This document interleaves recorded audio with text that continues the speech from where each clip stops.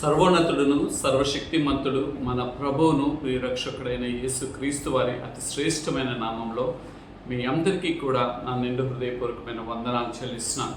ఎలా ఉన్నారు? అందరు బాగున్నారు కదా?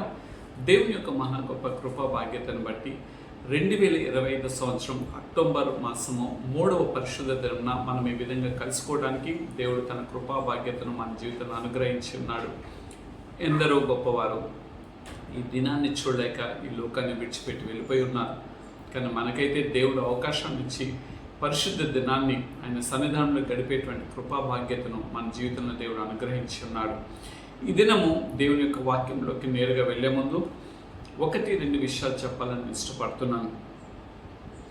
భారతదేశము ఇది సెక్యులర్ దేశం అని ప్రపంచవ్యాప్తంగా అందరికీ తెలిసింది. అయితే ఒక భారతీయుడిగా ఎంతగానో నేను ఈ దేశంలో పుట్టినందుకు గర్విస్తాను.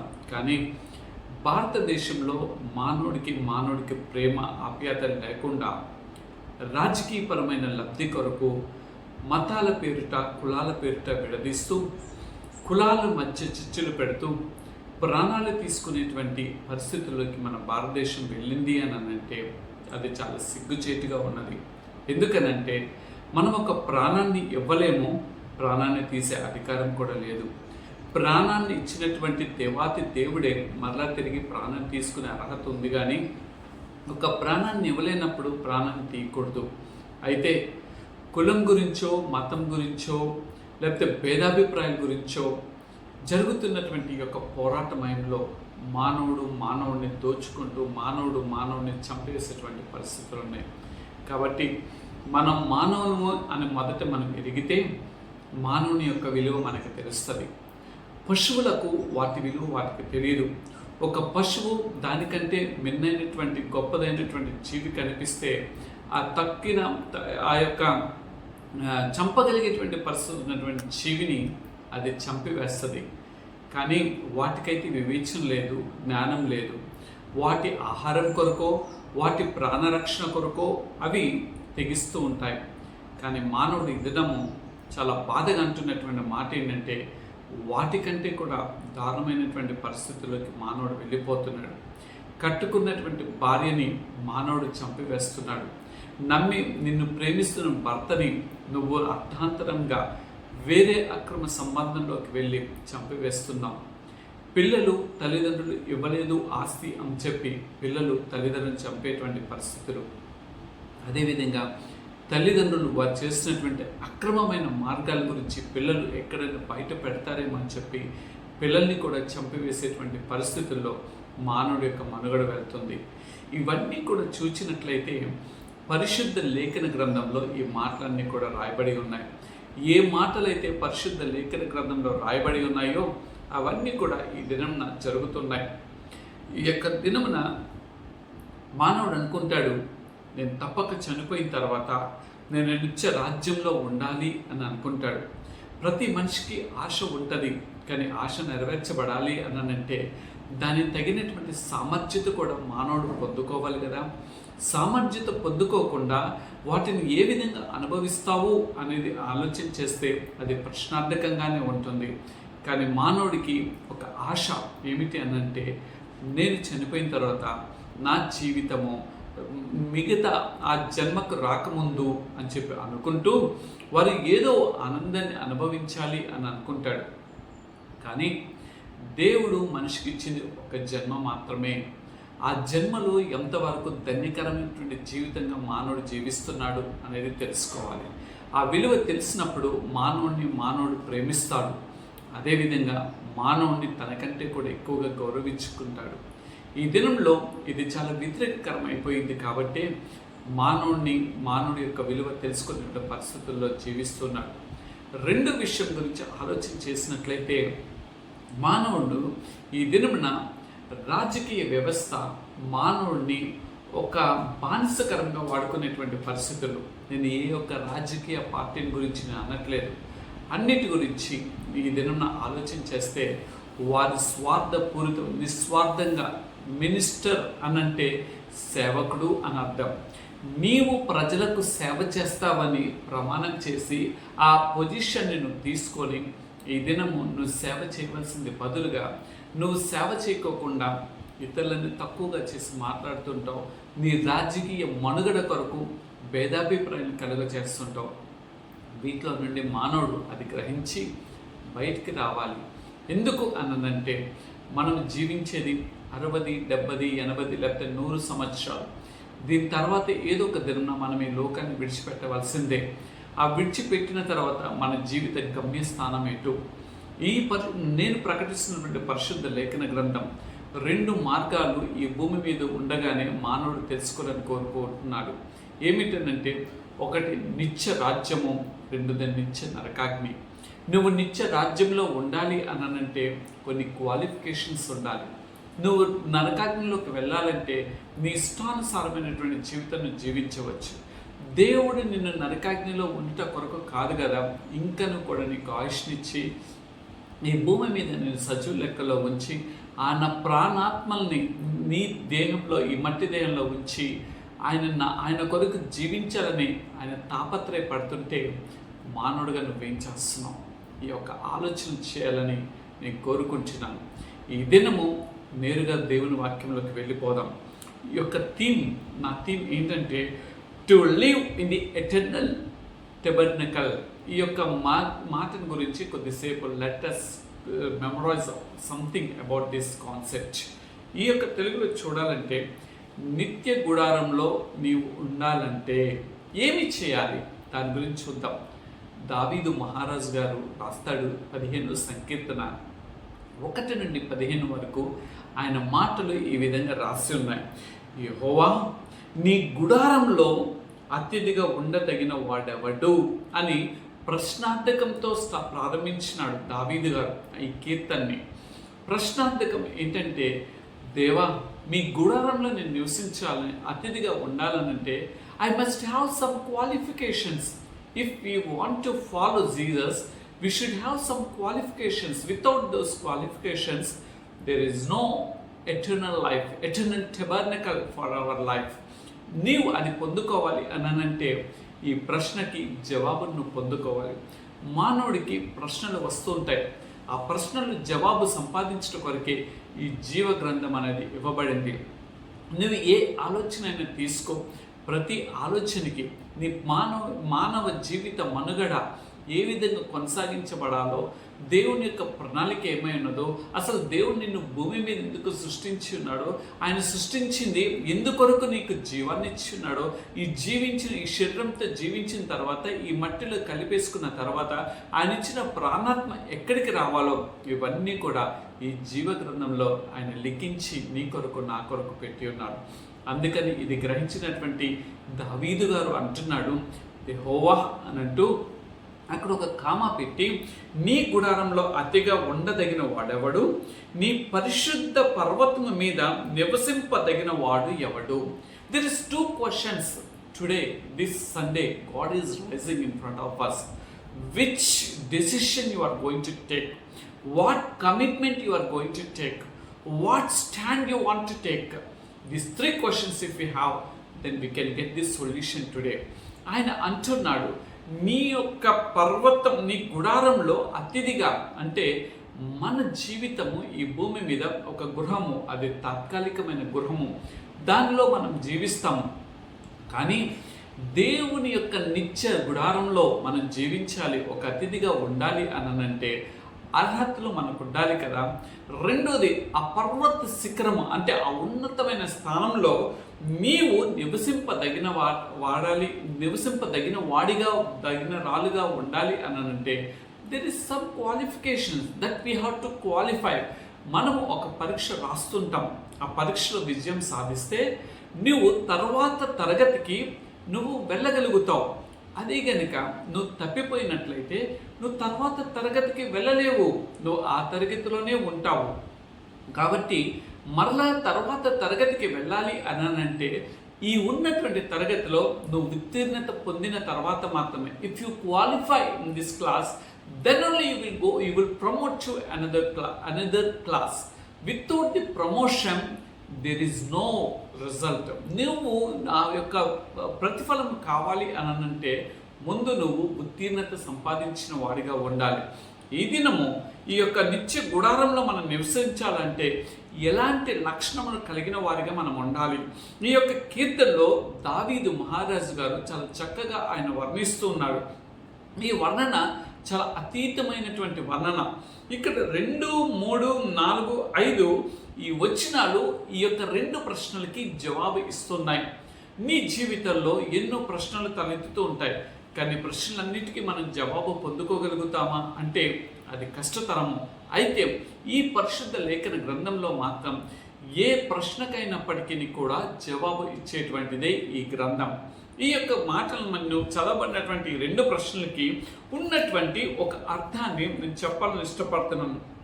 2 కొరింథీయులకు రాసిన పత్రిక 5వ అధ్యాయంలోకి మనం వెళ్దాం. Let us come to the 2 Corinthians 5th chapter 1 to 4 verses. ఈ విధంగా రాయబడింది.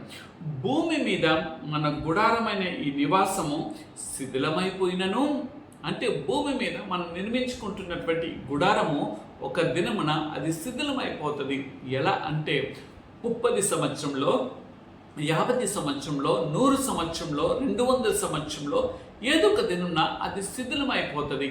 ఇప్పుడు కట్టబడుతున్నటువంటి గృహాలైతే దాదాపుగా 30 లేకపోతే 40 సంవత్సరాలు దాటితే ఆ గృహాలు అవి కూలిపోతున్నాయి. కానీ ఈ యొక్క మాటను గమనించినట్లయినటువంటి గ్రంథకర్త రాస్తున్నాడు, భూమి మీద మన గుడారము అంటే ఈ భూమి మీద ఈ మట్టి దేహాన్ని కలిగి ఉన్నటువంటి మనము ఏదో ఒక దినం శిథిలమైపోతాం, అనగా మట్టిలో కప్పబడతాం, లేకపోతే మనం కాల్చబడతాం. చేతి పని కాక దేవుని చేత కట్టిన నిత్యమై ఉన్నదని నివాసము పరలోకమందు మనకున్నదని ఎరుగుదము. అంటే ఈ భూమి మీద ఉన్నటువంటి ఈ మట్టి దేహము ఏదో ఒక దిన అది శిథిలమైపోతుంది. కానీ మనకుండేటువంటిది ఆ నిత్య రాజ్యత్వాన్ని పొందుకునేటువంటి ఆ tabernacle, eternal tabernacle, that qualification ఎలా తెలుసా? దేవుని యొక్క నివాసం పరలోకమందు మనకున్నది మనం ఎరిగిన వారిగా ఉండాలి అంటూ, తర్వాత మనము దిగంబరులము కాక వస్త్రము ధరించుకున్న వారముగా కనబడదము కాబట్టి పరలోకం నుండి వచ్చు మన నివాసం దీనిపైన ధరించుకొన అపేక్షించుచు దీనిలో మూలుగుచున్నాము. ఈ గుడారంలో మనము భారము మోసుకొని మూలుగుచున్నాము. ఇది తీసివేయవలని కాదు, కానీ మత్స్యమైనది జీవం చేత మృంగివేయబడినట్లు ఆ నివాసమును దీనిపైనే ధరించుకొనగోరుచున్నాము. ఇప్పుడు ఈ చదవబడినటువంటి 2 Corinthians 5th chapter, first 4 verses, what it says, some qualifications it says, what the life we have to sustain in our daily life in a physical manner అనేది ఇక్కడ గమనించినట్లయితే, ఇక్కడ ఏమి దిగంబరులుగా మనం ఈ లోకానికి తల్లి గర్భంలో నుండి మనం వచ్చినాం. మనం చనిపోయినప్పుడు మనకి కూడా వస్త్రాలు కప్పుతారు. ఆ వస్త్రములు కొన్ని దినములు ఉంటాయి, లేకపోతే కొన్ని నెలలు ఉంటాయి. తర్వాత ఈ వస్త్రములు కూడా అవి పోయి మట్టి, ఈ యొక్క దేహం అన్నది చూసారా, అది పురుగులు తినివేసి మట్టిని ఉంటాయి. ఎముకల గూడు ఉంటుంది. దాదాపు ఒక 3-4 నెలల తర్వాత ఒక బాడీని కనుక బయటికి తీస్తే ఎముకల గూడుకి చేరే స్థితిలో ఉంటుంది. ఒక 6 నెలల తర్వాత తీస్తే మానవుడి జీవితము ఎముకలతో నిండిపోయి ఉంటుంది. అదే 1 సంవత్సరం తర్వాత చూస్తే ఆ యొక్క స్కెల్టన్ని చూడటానికి మానవుడు బాధపడుతుంటాడు. దీని కొరకు మన యొక్క ఆలోచన యావత్తులు ఉంచుకొని మానవుణ్ణి ప్రేమించలేటువంటి, పరితాపించేటువంటి అసూయ ద్వేషముతో మానవుని జీవితం వెళ్తున్నదా? నీ జీవితం అలా ఉన్నట్లయితే నువ్వు నిత్య గుడారంలో స్వాతంత్రతను నువ్వు పొందుకోలేవు. నీకు స్వాతంత్రత ఆ నిత్య గుడారంలో నీకు ఆ tabernacle, eternal tabernacle, if you want to become a qualified person, there is some solutions are there. నీవు దాన్ని పొందుకోవాలి అని అంటే నువ్వు ఈ భూమి మీద ఉన్నటువంటి వైపు కాదు, కానీ పరలోక సంబంధమైనటువంటి ఆలోచనలు చేసేవాడిగా ఉండాలి. నాతోటి సహోదరుడే, నాతోటి సహోదరియే, నాతోటి జీవిస్తున్నటువంటి జీవియే అని నువ్వు గ్రహించితే నీకు నీ జీవితం యొక్క విలువ తెలుస్తుంది. నీకు పరలోక రాజ్యం యొక్క విలువ తెలుస్తుంది. నీకు పరలోక రాజ్యం ఉన్నటువంటి ఆ యొక్క సంతోష, ఆనంద, ఉత్సాహ ధ్వనుల యొక్క విలువ తెలుస్తుంది. అది తెలుసుకోవాలి అని అంటే నువ్వు మొదటిగా నీవు ఏమై ఉన్నావో అది నువ్వు తెలుసుకోవాలి. అది తెలుసుకుంటే కానీ నీకు విలువ అనేది తెలుస్తుంది. అయితే ఆ నిత్య గుడారంలో నువ్వు పొందుకోవాలి అని అంటే ఇప్పుడు చదవబట్టినట్టు మన ఈ భూమి మీద ఉన్నాయి అన్నీ కూడా 3-4 గుడారంలో మన భారముతో నిండిపోయినటువంటి మానవుడి యొక్క మనుగడ, చిన్న పిల్లలు మొదలుకొని వృద్ధుల వరకు భారం కలిగిన వారిగానే ఉంటాము. చిన్న పిల్లల్ని అడిగితే డాడీ నాకు అది కావాలి అని అంటారు. వారికి ఇవ్వలేని పరిస్థితులు ఉంటే వాడు కొద్దిగా భారంగా ఇచ్చుతాడు. ఒకవేళ యవ్వన ప్రేమలు ఉంటే పిచ్చి ప్రేమల్లో పడిపోయి వారి జీవితాలే భారాలు అనుకుంటూ ఆ భారాన్ని మోయలేక ప్రాణాన్ని తీసుకునే బిడ్డల్ని మనం చూస్తున్నాం. అదే ఒక నడిప్రాయం ఉన్నవారు కుటుంబ వ్యవస్థ నడిపించబడటానికి భారముతో వారి జీవిత ప్రయాణం కొనసాగిస్తుంటారు. వృద్ధాప్యం అనేది వచ్చినప్పుడు ఆ వృద్ధాప్యంలో నా జీవితం ఎందుకు ఇంత శాపగ్రస్తంగా అయిపోయింది, నా భర్త నన్ను విడిచిపెట్టి వెళ్ళిపోయి ఉన్నాడు, నా భార్య నన్ను విడిచిపెట్టి వెళ్ళిపోయింది, నేను ఒంటరి దాన్ని అని అనుకుంటూ భారముతో నా యొక్క జీవన ప్రయాణం ఎప్పుడు ముగించబడుతుందని ఎదురు చూస్తూ ఉంటాం. కానీ నిన్ను ఇంకనే ఈ భూమి మీద దేవుడు ఎందుకు ఉంచున్నాడో తెలుసా? భారమైనటువంటి నీ జీవితాన్ని, ప్రయాసతో కూడుకున్నటువంటి నీ జీవితాన్ని దేవునికి సమర్పితం చేసుకుంట కొరకు, దేవుని కొరకు నువ్వు జీవించాలని పడాలని ఆయన కోరుకుంటున్నాడు. దేవుని కొరకు నువ్వు నీ యొక్క శేష జీవితాన్ని ఆయన కొరకు నువ్వు పరితపించాలని ఆయన కోరిక ఆయన యొక్క సిద్ధాంతం, ఆయన కోరిక నెరవేర్చాలని కోరుకుంటున్నాడు. అయితే మనం ఏమి చేస్తాం? ఇంకా ఆ వృద్ధాప్యమైన, యవ్వనప్రాయమైన, నడిప్రాయమైన చిన్నవారైనా వారి స్వార్థపూర్ణమైనటువంటి ఆలోచనల వైపు మానవుడు చూస్తూ ఉంటాడు. కాబట్టి మానవుడి జీవితము ప్రయాసతో కూడుకొని ఉంటుంది. అది ఆర్థిక పరమ, ఆరోగ్యపరమ, కుటుంబ పరమ, బిడ్డల పరమ, భర్త పరమ, భార్య పరమ, ఏదో ఒక విధంగా తోటి వారితోనో, స్నేహితులతోనో, తోబుట్టులతోనో, లేకపోతే వేరే విధాలుగా మన జీవితంలో భారంతో ఉంటుంది. అందుకనే దేవుడు యేసుక్రీస్తు ప్రభువు ఈ లోకంలోకి వచ్చినప్పుడు ఆయన నోటి నుండి చెప్పినటువంటి మాట ఏమిటో తెలుసా? ప్రయాసపడి భారము మోసుకొచ్చున్న సమస్త అని అన్నాడు తప్ప ఇదిగో నన్ను నమ్ముకున్నవాడు అని అనలేదు. లేకపోతే ఒక యూదుడు ఆయన అనలేదు, ఒక హెబ్రీడు అని అనలేదు, లేకపోతే ఒక ఇస్రాయేల్ దేశము అని ఆయన అనలేదు, లేకపోతే ఒక అమెరికా దేశం అని అనలేదు. ఆయన భారము సమస్త అంటే ఆయన యొక్క జీవాత్మ నుంచిన ప్రతి ప్రాణిని ఆయన ఉద్దేశించి మాట్లాడుతున్నది ఏమిటి తెలుసా? నా దగ్గరికి రండి, నేను మీకు విశ్రాంతినిస్తాను, మీ భారం అంతా కూడా నా మీద మోపండి, మీ కాడిని నేను సులువు చేయాలనుకుంటున్నాను అని ఆయన పిలుస్తున్నాడు. దేనికరగంటే you must be qualified to enter into the eternal tabernacle. ఆ నిత్య గుడారంలోకి నువ్వు ప్రవేశించాలని ఆయన కోరిక ఉన్నది కాబట్టి ఆయన నిన్ను కేక వేస్తున్నాడు. అందుకనే ప్రకటన గ్రంథంలో కూడా ఒక మాట వ్రాయబడింది. ప్రకటన గ్రంథం 21వ అధ్యాయము 10వ వచనంలో కూడా ఉంది చూడండి. ఆత్మవశుడై ఉన్న నన్ను ఎత్తైన గొప్ప పర్వతం మీదకి కొనిపోయి యెరూషలేము అను పరిశుద్ధ పట్టణం దేవుని మహిమ గలదై పరలోకమందున దేవుని యొద్ద నుండి దిగివచ్చుట. పరలోకం నుండి ఈ భూమి మీదకి దేవుడే దిగివచ్చినాడు. ఆయన కుమారుడైనటువంటి యేసుక్రీస్తు వారిని ఈ భూమి మీదకి పంపించినాడు. ఆత్మవశుడైనటువంటి యోహాను గారు రాస్తున్నటువంటి మాటలు ఇవి. పరలోకం నుండి దిగి వచ్చారు. అదేవిధంగా నీ కొరకు, నా కొరకు ఈరోజు ఎంతో అపహాస్యం చేస్తున్నారు నా తోటి ప్రియ సహోదరులు.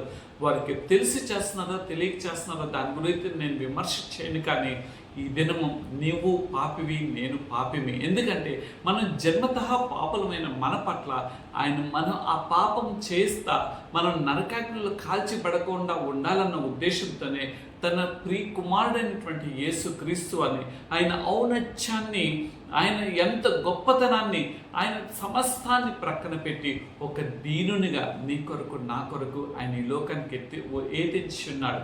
ఎందుకొరకు తెలుసా? నువ్వు నేను నిత్య గుడారంలో చేర్చాలని ఆయన ఉద్దేశమై ఉన్నది. కాబట్టి ఆయన పరలోకం నుండి తన కుమారుని భూమి మీదకి ఎందుకు పంపించినాడు తెలుసా? ఈ భూమి మీద నిన్ను సృష్టించి మళ్ళా తిరిగి భూమి కాదు, నా పాదాల చెంత నా బిడ్డలు ఉండాలి. కానీ నా యొక్క ప్రదేశంలో కూడా నా బిడ్డలు, ఆ పరలోక పట్టణాన్ని నా బిడ్డలు చేర్చబడాలి. ఆ పరలోక రాజ్యంలో నేను ఏర్పరిచిన నివాసములందు నా బిడ్డలతో కలిసి ఆ బంగారపు వీధులలో ఆ దేవదూతలతో గొప్ప గొప్ప భక్తులతో కలిసి నా బిడ్డలు కూడా ఉండాలని ఒక ఆలోచనతో పరితపించి తన కుమారుడైనటువంటి యేసు క్రీస్తు వారిని శరీర రీతిగా కూడా తల్లిదండ్రుల కలయిక కాకుండా ఆయన పాప రహితుడిగా ఒక పరిశుద్ధినిగా పరలోకం నుండి ఏతించినటువంటి యేసు క్రీస్తు ప్రభువు వారిని మనకు మాదిరిగా చూపించి మనవలే శరీర రక్త మాంసములు కలిగిన వాడు, మనవలే కూడా జీవన యాగాన్ని 33.5 సంవత్సరాలు ఆయన సాగించిన వాడు. సాగించినటువంటి యేసు క్రీస్తు ప్రభువు వారు ఆయన జన్మతః పరిశుద్ధుడు, ఆయన జీవితము పరిశుద్ధత, ఆయన పోకడ అనగా ఆయన యొక్క శరీరాన్ని విడిచిపెట్టే సమయం కూడా ఆయన పరిశుద్ధుడిగానే ఉన్నాడు. అంత మాత్రమే కాదు, ఆయన నీ కొరకు నా కొరకు బలి అయినటువంటి వాడు.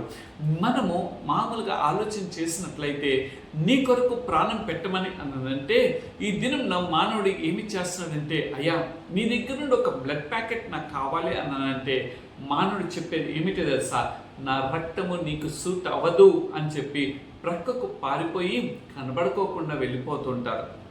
లేకపోతే నీ జీవితంలో ఏదైనా ఒక దీర్ఘకాలిక వ్యాధి వచ్చినప్పుడు నీ తోబుట్టులే నిన్ను విడిచి పారిపోయేటువంటి పరిస్థితులు ఉంటాయి. కానీ నీకు దీర్ఘకాలిక వ్యాధి అయినా, నీకు రక్తం కావాలన్నా, నీ శరీరము అది దృఢపరచబడుతుండాలన్నా క్రీస్తు యేసు కలువరిగిరిలో చిందించిన రక్తం ద్వారానే ప్రతి వ్యక్తికి కూడా స్వస్థత జరుగుతుంది, ప్రతి వ్యక్తికి కూడా ఆరోగ్యం కలుగుతుంది, ప్రతి వ్యక్తి కూడా ఒక సజీవుడిగా ఈ భూమి మీద ఉండగలుగుతున్నాడు.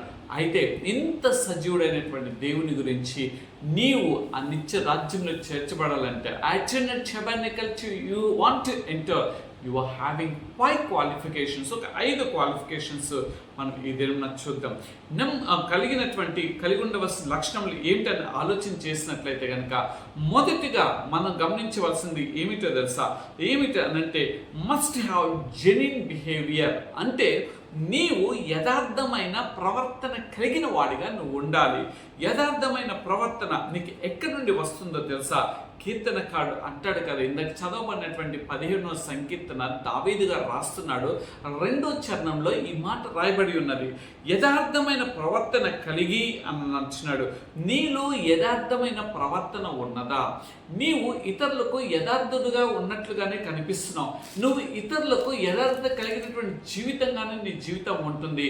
కానీ యథార్థమైనటువంటి జీవితాన్ని పరిశోధించేవాడు నన్ను సృష్టించిన సృష్టికర్త అయినటువంటి దేవుడు.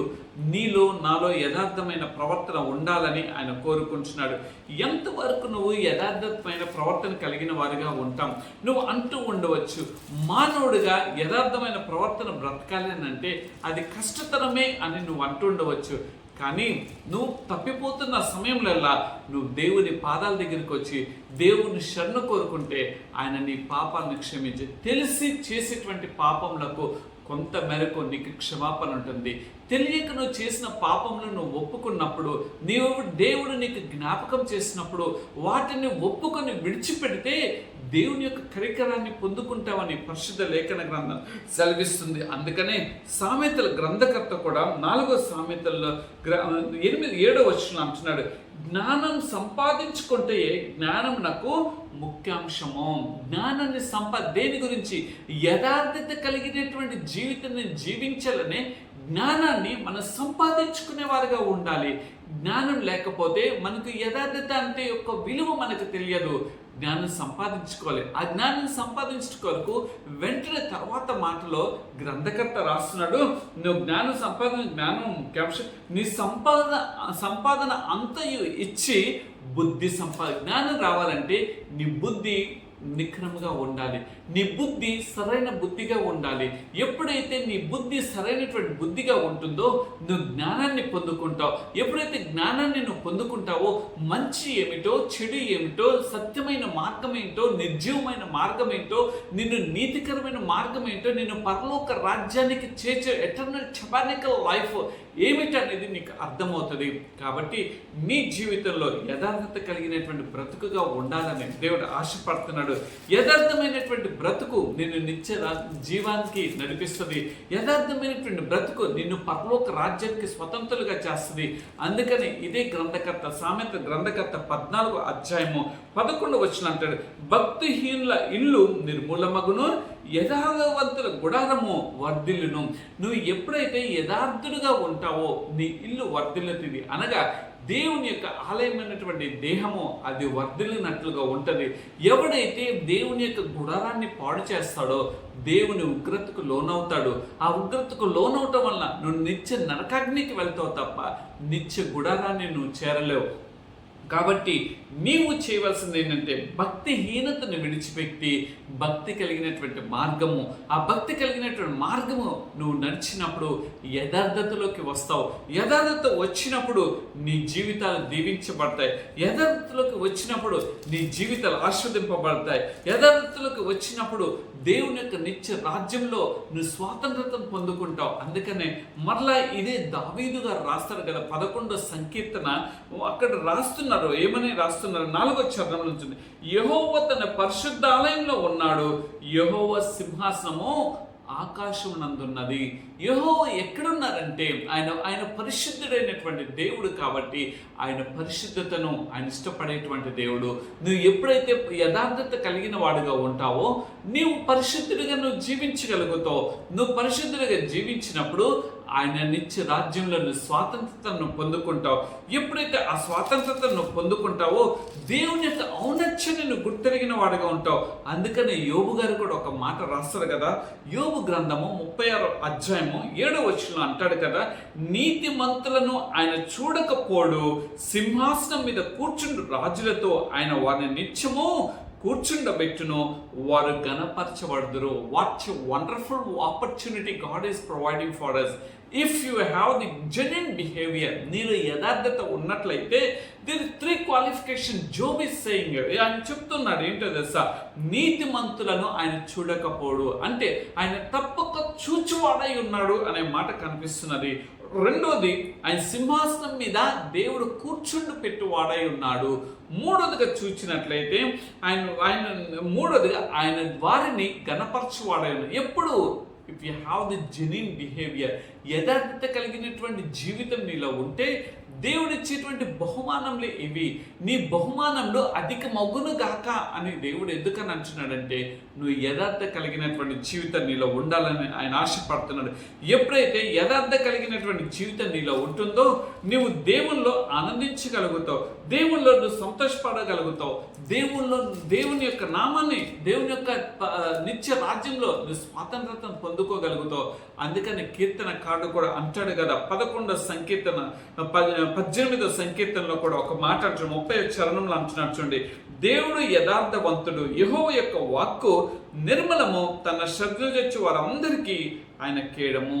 నేను ప్రకటిస్తున్నటువంటి నా దేవుడు యథార్థవంతుడు కాబట్టి ఆయన ఇచ్చేటువంటి ఆ యొక్క ఔన్నత్యం ఏంటో నీకు నాకు ఆయన ప్రసాదించాలని ఆయన కోరుకుంటున్నాడు. కాబట్టి ఈ దినం మొదలుకొని if you become the qualifications, if you want to become the qualification to enter in to the eternal tabernacle, first you must have genuine behaviour. నీలో యథార్థమైన ప్రవర్తన అనేది నీవు జీవించినప్పుడు నువ్వు దేవుని రాజ్యానికి వీఆర్ ఏ క్వాలిఫైడ్ పర్సన్. నువ్వు ఒక క్వాలిఫికేషన్ సంపాదించుకున్న వాడిగా ఉంటావు. ఈ దినంలో ఈ క్వాలిఫికేషన్ సంపాదించుకోవాలనంటే ఏ కొండలు ఎక్కి రమ్మని నా దేవుడు చెప్పట్లేదు, ఏ గుట్టల దగ్గరికి రమ్మని నా దేవుడు చెప్పట్లేదు, ఏ చెట్టుని నువ్వు దగ్గరికి వెళ్ళి పూజించమని ఆయన చెప్పట్లేదు, లేకపోతే ఏ ఒక్క పశువుని బలియాగం చేయమని ఆయన అనట్లేదు. నీవు నీ జీవితాన్ని మార్చుకో. If you transform your life from that earthly things to heavenly thinking, then you are the qualified person. How? If you have the good behavior. నీలో యథార్థమైనటువంటి ప్రవర్తన ఉన్నట్లయితే నువ్వు నిత్య రాజ్యానికి స్వాతంత్రతను అంటే నీవు ఒక నిత్య గుడారం ఉండేటువంటి బాధ్యతను పొందుకుంటాం.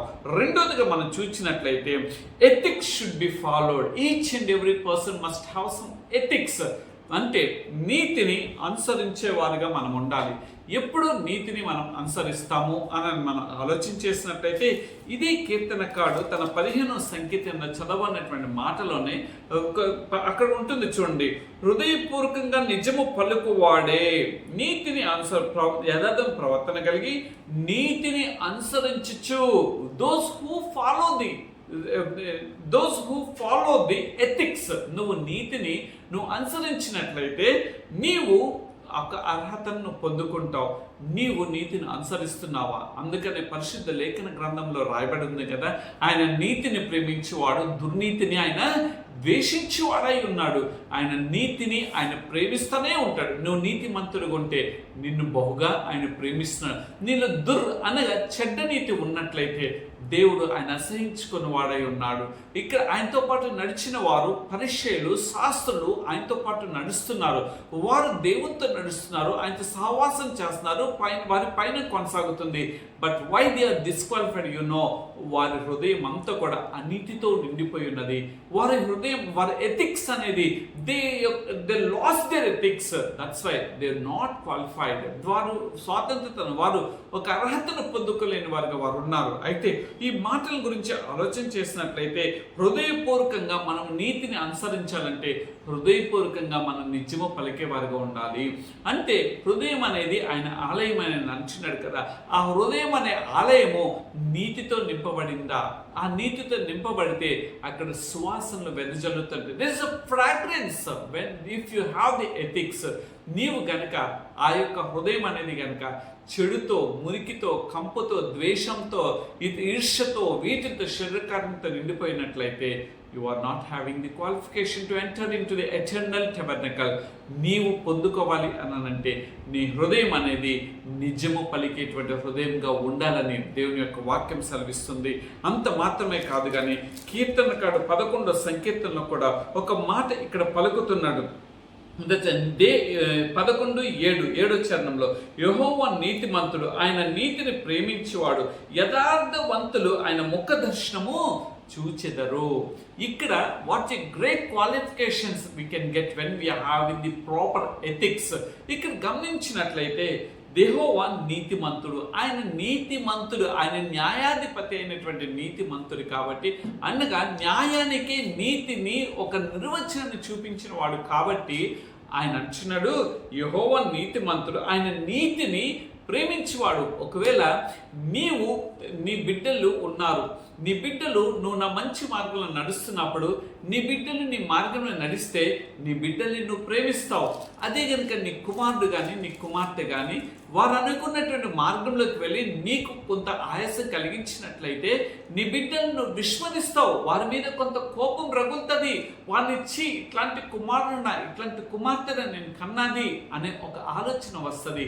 కానీ దేవుడు నీతిని ప్రేమించేవాడు. ఆయన చేతులతో నిన్ను నన్ను నిర్మించి ఉన్నాడు. కాబట్టి బాబు, నువ్వు ఆ నీతికరమైన మార్గాల్ని విడిచిపెట్టి నీతికరమైన మార్గంలోకి రా. నేను నీతిని ప్రేమించేవాడినై ఉన్నాను అని అంటూ యథార్థవంతులకు ఆయన ముఖ దర్శనము చూచెదరు. ఎవరైతే గుడ్ బిహేవియర్ కలిగి ఉంటారో వారు ఆయన ముఖ దర్శనాన్ని చూస్తారు. అంటే వాళ్ళ యొక్క చూపులు ఎప్పుడు కూడా పరలోక రాజ్యము వైపు, ఆ నిత్య రాజ్యపు ఆలోచన వైపు, eternal tabernacle thinking only they will have. ఎప్పుడో తెలుసా, నువ్వు దేవుని యొక్క ముఖ దర్శనం అనుకోవాలి అనంటే నీతిని నువ్వు అనుసరించేవాడుగా నువ్వు ఉండాలని దేవుని యొక్క వాక్యం సెలవిస్తుంది. అంత మాత్రమే కాదు కానీ ఇది 9వ సంకీర్తనలో అంటున్నారు కదా, 9:8 అంటున్నారు కదా, యెహోవా నీతిని బట్టి లోకమునకు తీర్పు తీర్చును, యథార్థతను బట్టి ప్రజలకు న్యాయము తీర్చును. ఆయన నీతిని బట్టి లోకానికి, అనగా రేపటి దినంన అందరం కూడా దేవుని ఎరిగిన వారు అయినా ఎరగని వారైనప్పటికీ కూడా ఒక దినంన ఒక కాల్చబట్టమో లేకపోతే ఒక పాతి పెట్టబట్టమో జరుగుతుంది. కాల్చబడటం అనేది శరీరం జరిగింది, కానీ ఆ యొక్క ప్రాణాత్మ ఉంది చూసారా, వాటికి దేవుడు న్యాయం తీర్పు అనేది ఉంటుంది. ఆ తీర్పు దినమునందు నువ్వు ఒక ముద్దాయిగా నిలబడకూడదని, ఆ తీర్పు దినమునందు దేవుని యొక్క రాజ్య నివాసంలోని స్వాతంత్రత పొందుకోవాలని ఆయన కోరుకుంటున్నాడు. అందుకనే ఆయన నీతిని ప్రేమించేవాడై ఉన్నాడు, దుర్నీతిని ద్వేషించేవాడై ఉన్నాడు. కాబట్టి నువ్వు నీతిని ప్రేమిస్తే ఆయన దేవుడు నీకుగా నాకుగా ఉండాలని ఆయన ఇష్టపడుతున్నాడు. అందుకనే ఇక్కడ ఈ 9వ సంకీర్తన 8వ చరణంలో అంటున్నాడు కదా, నీతిని బట్టి లోకమునకు తీర్పు తీర్చేవాడు. రెండోదిగా చూసినట్లయితే కనుక యథార్థతను బట్టి ప్రజలకు న్యాయం తీరుస్తాడండి. He's a good judge. ఆయన ఒక మంచి న్యాయాధిపతి ఉన్నాడు.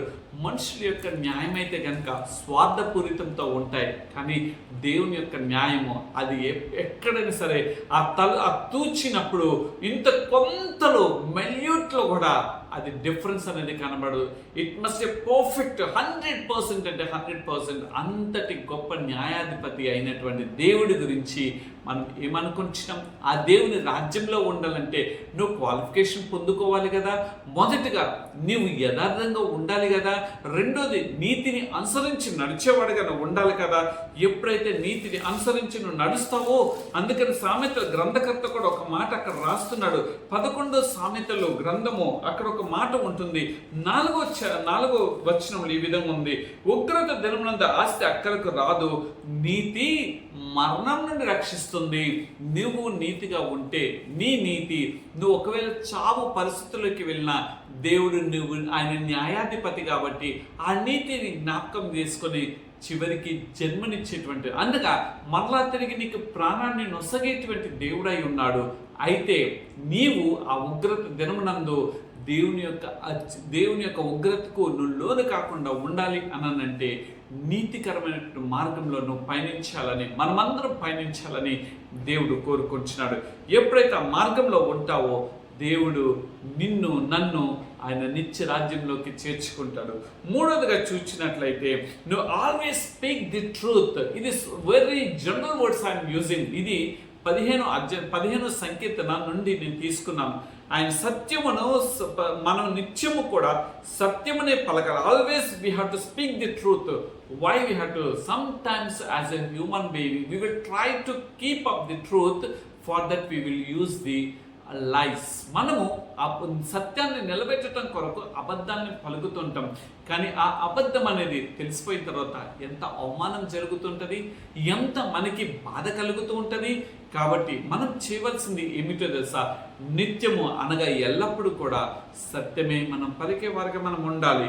ఏ విధంగా సత్యం పలికేవారుగా ఉండాలి అని మనం ఆలోచన చేసినట్లయితే ఇదే 15 సంకీర్తన 4, అతని దృష్టికి నీచుడు అసహ్యుడు, యెహోవా యందు భయభక్తులు కలిగిన వారిని ఆయన సన్మానించును. ఆయన ఎలాంటి వాడో తెలుసా? ఆయనకి దృష్టికి నీచుడు అనగా సత్యం పలకని వ్యక్తి నీచుడిగా కనబడతాడు.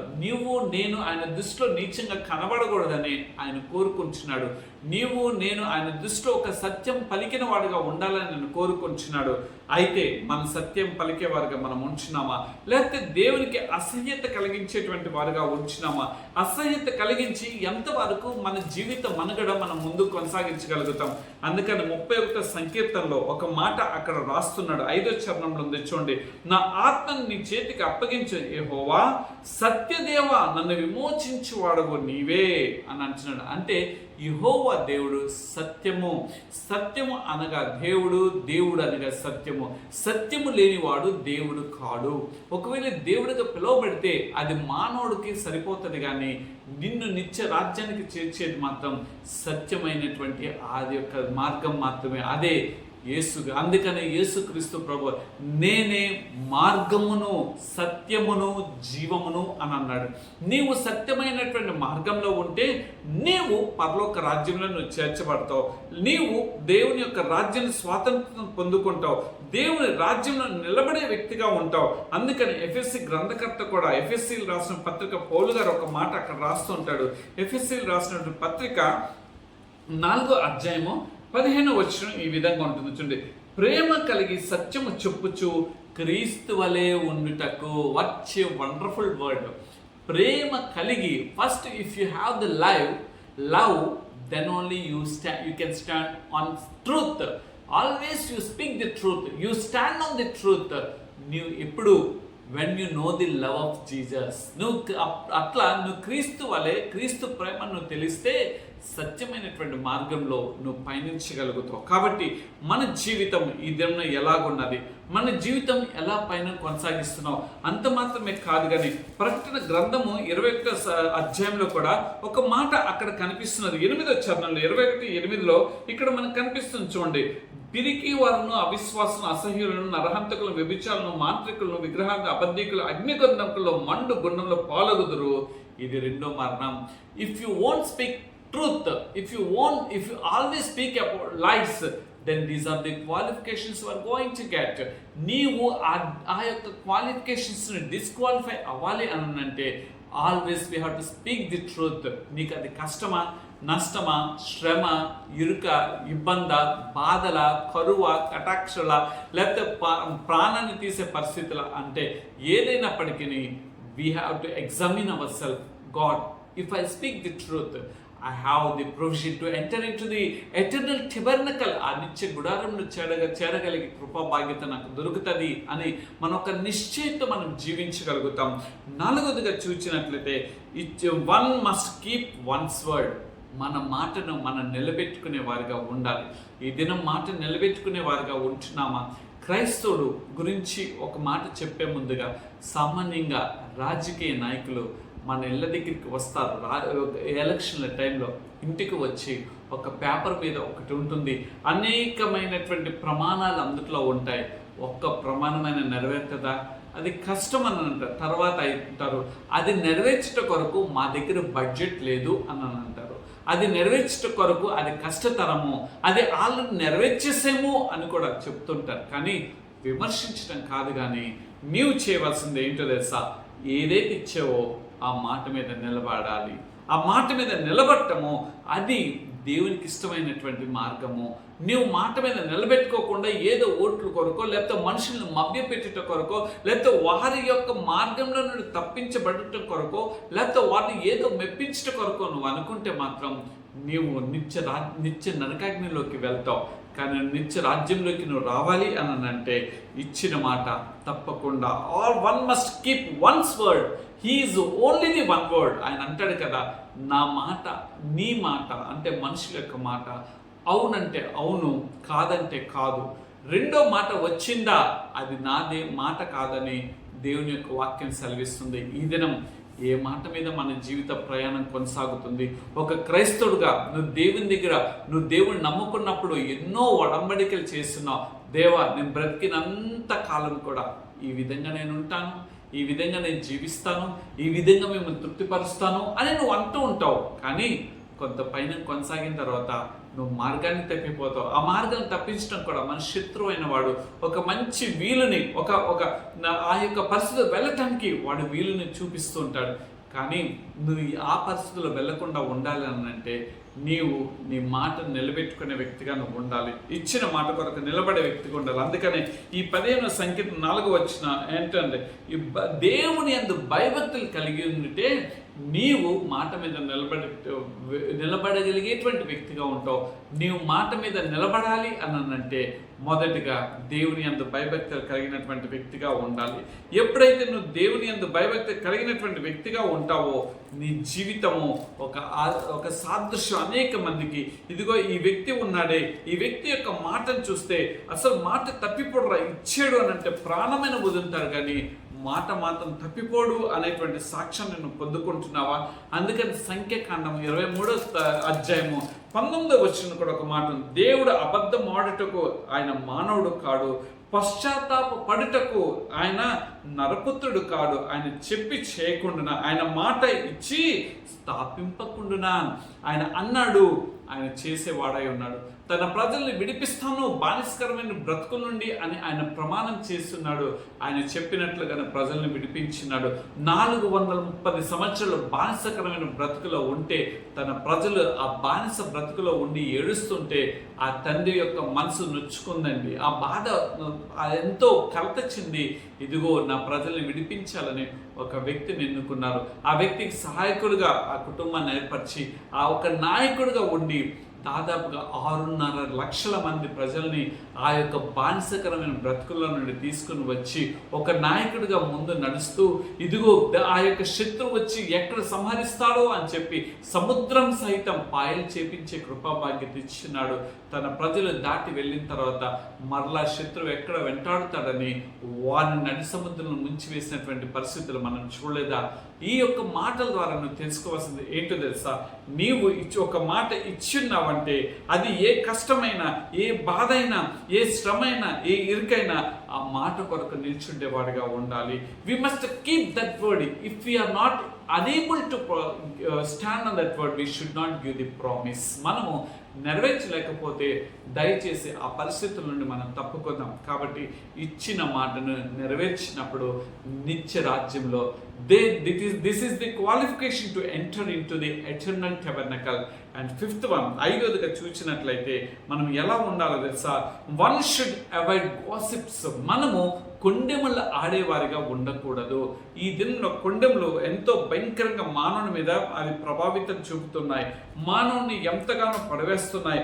అందుకని ఈ మాటను చూసినట్లయితే దావీదు గారు రాస్తారు కదా, 15వ సంకీర్తన 3వ చరణంలో ఆయన రాస్తున్నాడు చూడండి. అట్టివాడు నాలుకతంలో కొండెములు ఆడడు, తన చెలికానికి కీడు చేయడు, తన పొరుగు మన మీద నింద మోపడు. కొండెములు ఆడేవాడు నిందను మోపుతుంటాడు. ఎందుకో తెలుసా? వాడు సేవ్ అవటం కోసం ఇతరులను బలి చేస్తుంటాడు. నేను చేయలేదు, వాడు చేశాడు, నేను చేసినట్టు చూసావా? కానీ ఆ పరిస్థితుల్లో ఈ వ్యక్తి ఉంటే ఇదిగో వీడే చేస్తున్నాడని చెప్పి వీడి మీద త్రోసివేసి దొర్లించేటువంటి పరిస్థితులు మానవుడి యొక్క ఆలోచన విధానాలు. కాబట్టి కొండెములు మనం ఆడకూడదు అని అంటూ, రెండోది దేనితో? నాలుకతో. మామూలుగా నాలుక అనేది జీవమరణంలో దాగి ఉన్నాయని పరిశుద్ధ లేఖన గ్రంథం సెలవిస్తుంది. నువ్వు ఒక మానవుడి యొక్క జీవితం కట్టాలన్నా, మానవుడి యొక్క కుటుంబ వ్యవస్థ నడిపించబడాలన్నా, మానవుడి యొక్క వ్యక్తిగత జీవితం నడిపించబడాలన్నా నాలుక దగ్గరే ఉందని నేను అంటాను. ఎందుకంటే ఆ మానవుడి గురించి మంచి చెప్తే ఎదుటి వ్యక్తి ఆ మంచిని గ్రహించి వాడిని చేర్చుకుంటారు. అదే నాలుకతో వాడి మీద కొండాలి చెప్పినట్లయితే, అంటే ఇతరులకు ఒక ద్వేషం కలిగించేటువంటి విధానం చెప్పినప్పుడు ఆ వ్యక్తి అనగా నీవు ఇంకొకరి జీవితాన్ని నాశనం చేసినటువంటి వ్యక్తిగా అవుతావు. ఇలా కొండెములు చెప్పేవాడికి దేవుని రాజ్యంలో ఏమాత్రం కూడా అవకాశం ఉండదు. దేవుని రాజ్యంలో there is no qualification. ఎందుకో తెలుసా? when you avoid the gossips, then you will have the place to enter into the eternal tabernacle. నీవు నిత్య రాజ్యంలో చేర్చబడాలంటే దయచేసి కొండాలు ఆపే వ్యక్తిగా ఉండాలి. ఆరోదిగా మనం చూచినట్లయితే కనుక నీ జీవితం ఇతరుల మీద నింద మోపేవారుగా ఉండకూడదు. Should not blame others. నువ్వు ఇతరుల మీద నింద మోపకూడదు. తప్పు నాదే తప్పు అని చెప్పి మనం ఒప్పుకుంటే ఒకవేళ ఆ వ్యక్తి శిక్ష పడుకోకుండా నువ్వు తప్పించిన వాడు పోతావు. ఆ వ్యక్తికి నీ మీద కనికరం కలుగుతుంది.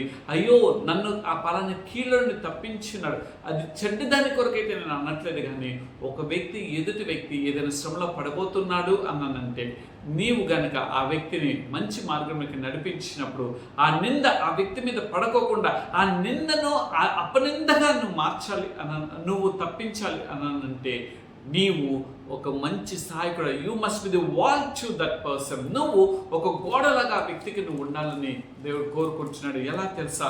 నేను చూపించాలని ఇష్టపడుతున్నాను. నింద ఇదే 13లో మనం చూసినట్లయితే అక్కడ ఉంటుంది. అంత మాత్రమే కాదు కానీ నిర్గమకాండంలో కూడా ఒక నిందను గురించి అక్కడ కనిపిస్తుంది. నిర్గమకాండము 20 అధ్యాయంలోకి మనం ఒకసారి వెళ్తాం. నిర్గమకాండము 20 అధ్యాయము అక్కడ గమనించినట్లయితే 16వ వచనంలో ఈ విధంగా రాయబడి ఉన్నది. ఏమని ఉంది అంటే, నీ పొరుగు వాని మీద అబద్ధ సాక్ష్యము పలుకకూడదు. నీ పొరుగువాడు అనగా నీ తోటి సహోదరుడు, నీ పొరుగువాడు అనగా నీ యొక్క రక్త సంబంధి, నీ పొరుగువాడు అనగా నీతో కలిసి సహజీవనం నీతో కలిసి జీవిస్తున్నటువంటి, అంటే ప్రక్కన ఇంట్లో లేకపోతే ఎదురింట్లోనో వెనకింట్లోనో ప్రక్కింట్లోనో జీవిస్తున్నటువంటి, అంటే నీ పొరుగువాడి మీద నువ్వు అబద్ధ సాక్ష్యం పలికేవాడిగా నువ్వు ఉండకూడదు. ఆ అబద్ధ సాక్ష్యము వారి జీవితాన్ని పతనం చేస్తుంది. కానీ ఈ అబద్ధ సాక్ష్యం పలుకుట వలన నువ్వు నిత్య నరకాగ్నిలోకి వెళ్తావు. నువ్వు నిత్య రాజ్యంలోకి నువ్వు ప్రవేశించాలంటే నీవు నీ పొరుగు వాని మీద సత్యం పలికేటువంటి వాడిగా నువ్వు ఉండాలి.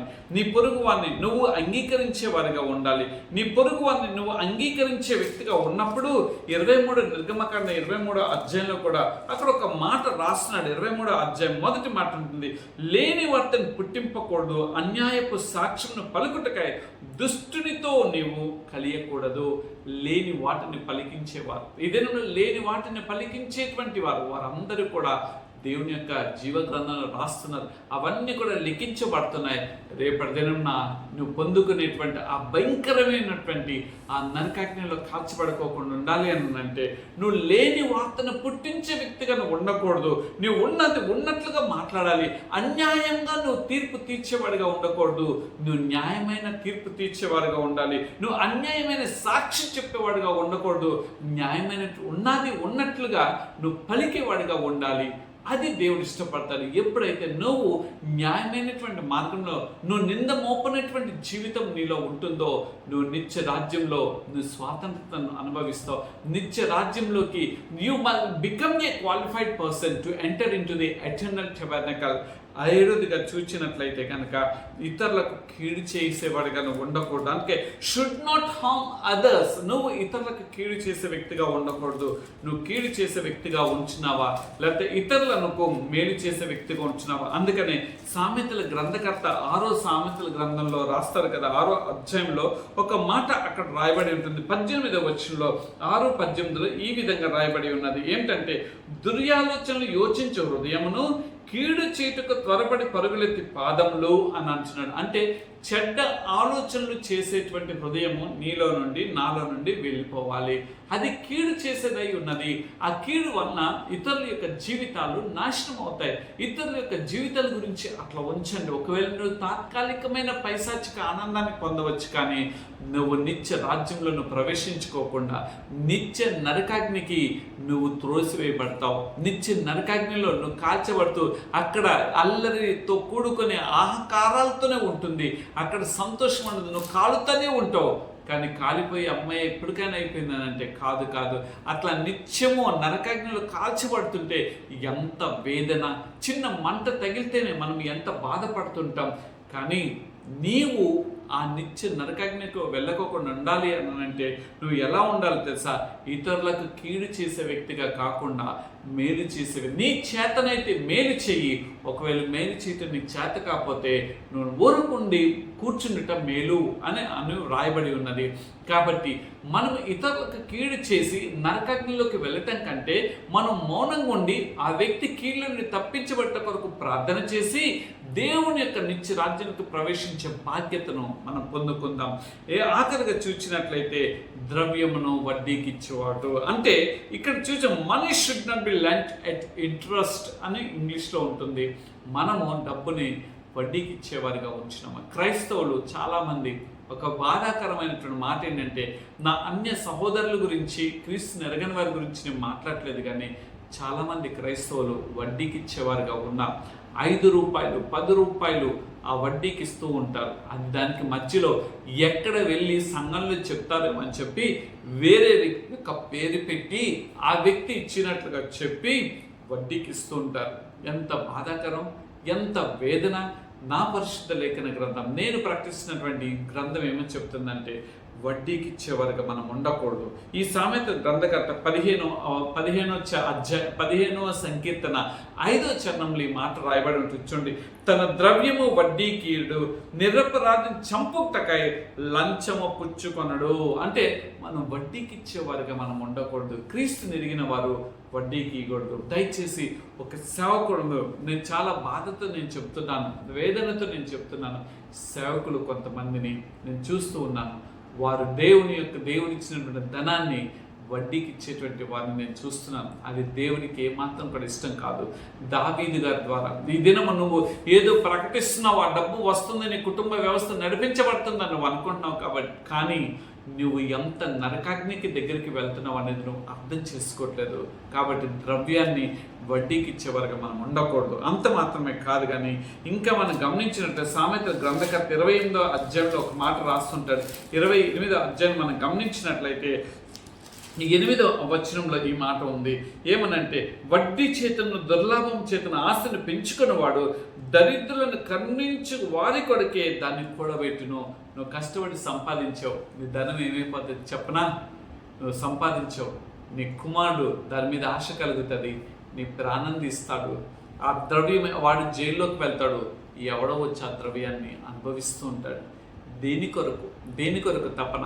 నీకు కలిగి ఉన్న దానిలో కొంత పేదలకు ఇచ్చి సహాయం చేయి. ఆయన చాలా నీవు నిజమైన ఉపవాసం ఏంటని ఆ ఇష్య గ్రంథంలో రాస్తుంటారు కదా. నిజమైన ఉపవాసం ఏంటో తెలుసా? బీదలను ఆదరించుట, తల్లిదండ్రులు లేని వారిని ఆదరించి బీదలను పట్ల కనికరం చూపించడం, ఇదే కదా నిజమైన అని అంటున్నాడు. ఈ దినం నువ్వేం చేస్తున్నావు? నువ్వు సంపాదించిన దేని కొరకు? ఒకవేళ నువ్వు సంపాదించి కూడా పెట్టుకొని దాన్ని ఒక బంగారమో ఒక ఆస్తులను నువ్వు కొనుక్కున్నావు, but tomorrow who will enjoy that one? ఒక మాట చెప్పనా, బాధాకరమైంది. హనుమాన్ జంక్షన్లో ఒక వ్యక్తి ఉన్నాడు. ఆ వ్యక్తి చాలా మంచిగా పొజిషన్లోనే ఉన్నాడు. ఆయన పొద్దున్న లెగిస్తే కొట్ల దగ్గరికి వెళ్తాడు. ఆయన దగ్గర రావడంతోనే ఆ కొట్లందరూ కూడా ఒక 10 రూపాయలు 20 రూపాయలు 50 రూపాయలు ఇస్తారు. డిపార్ట్మెంట్ కాబట్టి నేను పేరు చెప్పట్లేదు. అయితే ఆ వ్యక్తి సంపాదిస్తాడు. తన కుమారుడు ఏంటో తెలుసండి, మాట్లాడలేనటువంటి పరిస్థితులు. ఈ దినం చాలా భయంకరమైన వేదనకరమైనటువంటి క్రైస్తవులు ఈ సమాజంలో తయారైపోయి నిత్య నరకాగ్నికి వారు సిద్ధపడుతున్నారు. కానీ నా దేవుడు ఈ పరిశుద్ధతను చెప్తున్నది ఏమిటో తెలుసా? To live in the life of eternal tabernacle. నిన్ను నిత్య రాజ్యంలోకి చేర్చాలని దేవుడు ఆశపడుతున్నాడు. కాబట్టి నీ ధనమును వడ్డీకి ఇవ్వద్దు అని దేవుని యొక్క వాక్యం సెలవిస్తుంది. ఆఖరిగా చూచినట్లయితే లంచము పుచ్చుకొనకూడదు అన్నాడు. Will not accept bribes. నీవు లంచాన్ని పుచ్చుకునేవాడు. నువ్వు ఉద్యోగస్తుడు అయినా, వ్యాపారస్తుడు అయినా, లేకపోతే నువ్వు ఉన్న పరిస్థితుల్లో ఏదైనా పని చేయాలి అని ఉందంటే అక్కడ ఏదో ఒక నీకు తెలిసినటువంటి వ్యక్తి అని నేను నమ్ముకొని ఒక వ్యక్తి నీ దగ్గరికి వస్తే నువ్వు ఆ వ్యక్తి దగ్గర నువ్వు లంచం తీసుకుంటావు. నువ్వు ఆ వ్యక్తి తీసుకుంటున్నాడు అని చెప్పి ఆ వ్యక్తి పేరును అడ్డు పెట్టుకుంటావు. ఆ వ్యక్తికి ఇచ్చేది ఒక డబ్బు అయితే నువ్వు దాంట్లో లంచం తీసుకున్నవాడు కాదా? ఎంతవరకు ఈ దినం ఈ పరిస్థితులు ఉన్నాయి? ఒక క్రైస్తవుడుగా, ఒక క్రీస్తుని ఎరిగినటువంటి, ఒక పరిశుద్ధాత్మ ఒక మార్గంలో నడిచినటువంటి వ్యక్తిగా నువ్వు ఈ పనులు చేయకూడదని దేవుడు కోరుకుంటున్నాడు. ఎందుకో తెలుసా? ఇవన్నీ కూడా నువ్వు గమనించినట్లయితే ఈ సామెత గ్రంథకర్త 17వ అధ్యాయంలోనే ఒక మాట రాస్తున్నాడు. ఆ మాట చూసుకొని మనం ముందుకు కొనసాగిపోదాం. 17వ అధ్యాయంలో అంటున్నాడు కదా, సామెత గ్రంథకర్త 17వ అధ్యాయము 23వ వచనంలో ఈ విధంగా రాయబడి ఉన్నది. ఏమని ఉంది అంటే, న్యాయ విధులను చెరుపుటకై దుష్టుడి ఒడిలో నుండి లంచం పుచ్చుకొనును. న్యాయమైన విధులు చెరపటం కొరకు నువ్వు లంచం తీసుకున్నావు. If you work in a true manner, you won't accept whatever the government, whatever the boss is giving. That will make God flourish. God will bless that money. But when you take this bribe money, definitely it will follow your life. Not only your life, your family life. Not only that, your life will become as a miserable situation. So God don't want to accept all this. ఈ యొక్క 9 ఈ యొక్క మార్గంలో లక్షణాలు మనలో ఉన్నట్లయితే, దేవా నేను ఈ లక్షణాల్లో నుండి నన్ను బయటికి తీసి నాయన యథార్థమైన మార్గంలో నడిచేవాడుగా, ప్రభా నాయన నీతిని అనుసరించేవాడుగా, నాయన అంత మాత్రం నిత్యము నేను సత్యం పలికేవాడుగా, నాయన అంత మాత్రంగా ఇచ్చిన మాటను నేను తప్పకుండా ఆ మాట మీద నిలబెట్టేవాడుగా నేను ఉండనట్లుగా, అంత మాత్రమే కదయ్యా నాలో కొండెంలో ఉంటే ఆ కొండెంలో ఆడేవాడిగా కాకుండా వాటిని తృణీకరించి నాయన నిజము పలికేవాడిగా నన్ను చేయన్నప్పుడు, అంత మాత్రమే కాదు ఇతరుల మీద నింద మోపేవారిగా మనం ఉండకూడదు.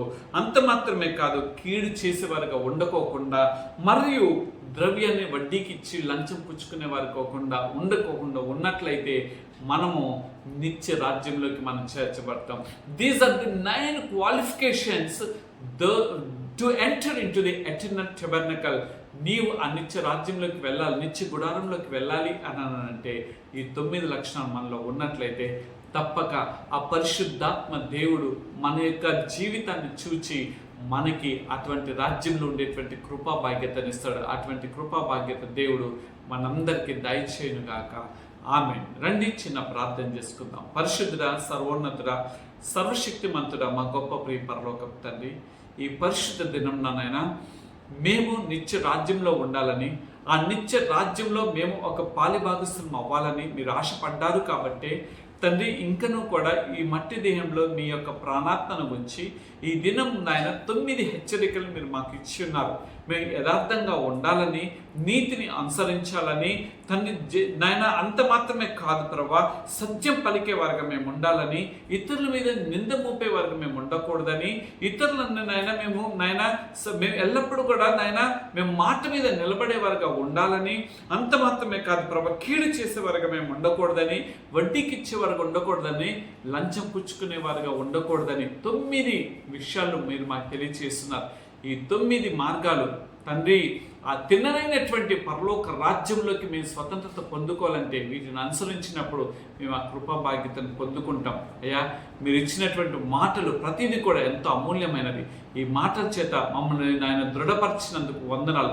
మమ్మల్ని నాయన మరొకసారి హెచ్చరిక చేసి మమ్మల్ని నాయన ఇదిగో సరి చేసుకోవడానికి యోగ్యత ఇచ్చినందుకు మీకు వందనాలు చెల్లిస్తున్నాం తండ్రి.